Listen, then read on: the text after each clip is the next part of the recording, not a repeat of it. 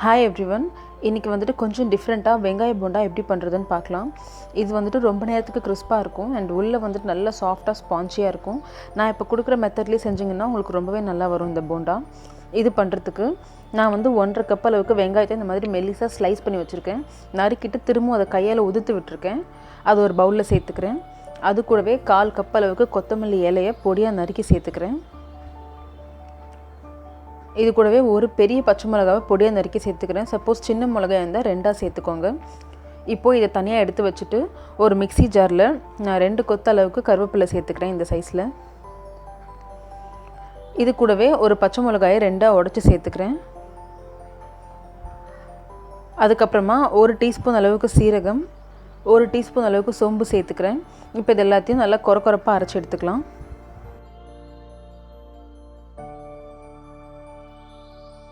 So பாருங்கள், எல்லாத்தையும் நான் நல்லா கொரப்பாக அரைச்சி எடுத்துட்டேன். இப்போ இந்த அரைச்சதை வந்துட்டு நம்ம வெங்காயம் வச்சுருக்கோம் இல்லையா, வெங்காயம் கொத்தமல்லிலாம் அது கூட வந்து எடுத்து போட்டு சேர்த்துக்கலாம். இப்போது அரைச்சதை பாருங்கள் எப்படி நல்லா பச்சை கலரில் இருக்குன்னு சொல்லிட்டு கொரப்பாக இந்த மாதிரி சேர்த்ததுக்கப்புறமா போண்டாக்கு தேவையான அளவுக்கு உப்பு சேர்த்துக்கிறேன். சேர்த்துட்டு நம்ம கையாலேயே நல்லா அழுத்தி பிசையலாம். அப்போ தான் அந்த வெங்காயத்தில் இருக்க தண்ணி வந்துட்டு கொஞ்சமாக வெளியில் வரும். எந்த அளவுக்கு அழுத்தி பிசைய முடியுமோ அந்தளவுக்கு நல்லா அழுத்தி பிசைங்க. இப்போ நான் நல்லா அழுத்தி பிசைஞ்சிட்டேன். இப்போவே ஓரளவுக்கு தண்ணி விட ஆரம்பிச்சிருச்சு. இப்போ இதை மூடி போட்டு அப்படியே ஒரு 5 நிமிஷத்துக்கு தனியாக வச்சிடலாம். 5 நிமிஷத்துக்கு அப்புறம் பார்த்திங்கன்னா வெங்காயம் வந்துட்டு இந்த மாய்ஸ்சர் ரிலீஸ் பண்ணி நல்லா தண்ணி விட்டுருக்கு. இப்போது இது கூடவே வந்துட்டு 1/2 கப் அளவுக்கு நான் கடலை மாவு வச்சுருக்கேன். அதை வந்துட்டு கொஞ்சம் கொஞ்சமாக சேர்த்துக்கிறேன். மொத்தமாக கொட்டிடாதீங்க, பிசைய முடியாது. ஸோ கொஞ்சம் கொஞ்சமாக சேர்த்து நல்லா கையில் டைட்டாக பிசைய ஆரம்பிங்க. தண்ணி கொஞ்சம் கூட சேர்க்காதீங்க. அந்த வெங்காயத்தில் இருக்க மாய்ஸ்சரே போதும். இந்த அளவு வெங்காயத்துக்கு இந்த 1/2 கப் கடலை மாவு போதும். இப்போ பார்த்திங்கன்னா நான் கடலை மாவு ஃபுல்லாக வந்து சேர்த்துட்டேன். பாருங்கள், நான் தண்ணியே சேர்க்காமல் சேர்த்துருக்கேன்.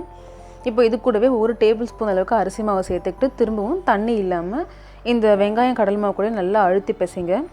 கடைசியாக ஒரு 1/4 டீஸ்பூன் அளவுக்கு ஆப்ப சோடா சேர்த்துக்கிறேன். சேர்த்துட்டு திரும்பவும் வந்து நல்லா பிசைஞ்சு கலந்து விட்டுக்கலாம். இப்போ இந்த மாவை வந்துட்டு மூடி போட்டு ஒரு 3லேருந்து 4 நிமிஷம் வரைக்கும் அப்படியே தனியாக அடிச்சிடுங்க. இப்போ ஒரு 5 நிமிஷத்துக்கு அப்புறம் பார்த்தீங்கன்னா இந்த மாவை வந்துட்டு எப்படி உருட்டி போடணுன்னா, இந்த மாதிரி தண்ணி எடுத்து வச்சுக்கோங்க ஒரு பாத்திரத்தில். நம்ம கையை நினச்சிக்கலாம். நினச்சிட்டு தண்ணி சுத்தமாக உங்கள் கையில் இருக்கக்கூடாது, நல்லா உதறிடுங்க. உதறினதுக்கப்புறமா இந்த மாவுலேருந்து குட்டி குட்டியாக எடுத்து மினி போண்டா எப்படி உருட்டுவோமோ அந்த மாதிரி உருட்டி சேர்த்துக்கோங்க. தண்ணியில் கை வச்சுட்டு உருட்டுங்க. இப்போ உருட்டினதை வந்துட்டு நல்லா கொதிக்க வச்ச எண்ணெய் இருக்கும் இல்லையா, அந்த எண்ணெயில் போட்டு சேர்த்து நம்ம எப்பவும் எப்படி போண்டா பொரிச்சு எடுப்போமோ அதே மாதிரி நல்லா டீப் ப்ரௌன் கலரில் பொரிச்சு எடுத்துக்கலாம். பாருங்கள், நல்ல கோல்டன் ப்ரௌன் கலரில் வந்துருச்சு.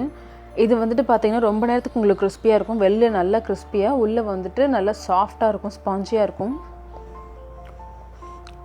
இப்போ வந்துட்டு நான் இதுலேருந்து ஒரு போண்டா எடுத்து பிரித்து காமிக்கிறேன். உங்களுக்கு பார்த்தாலே தெரியும் எந்த அளவுக்கு வெளியில் கிறிஸ்பியாக இருக்குது பாருங்கள். உள்ளே நல்லா ஸ்பான்ச்சியாக இருக்குது. சாப்பிடும்போது பார்த்திங்கன்னா வெளியே கிறிஸ்பியாக, அந்த உள்ளே வந்துட்டு நல்லா பஞ்சு மாதிரி ரொம்பவே நல்லா இருந்தது.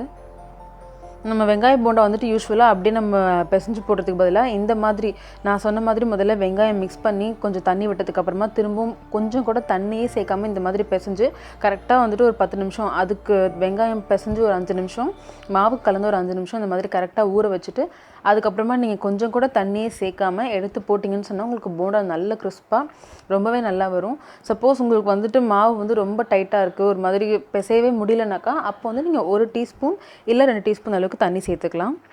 நீங்கள் இந்த மாதிரி பண்ணிங்கனாக்கா உங்களுக்கு பர்ஃபெக்டாக வரும் போண்டா. ஸோ இந்த டீ டைமுக்கு ரொம்பவே பர்ஃபெக்டாக இருக்கும். ஸோ கண்டிப்பாக ட்ரை பண்ணி பாருங்கள். தேங்க்ஸ் ஃபார் வாட்சிங்.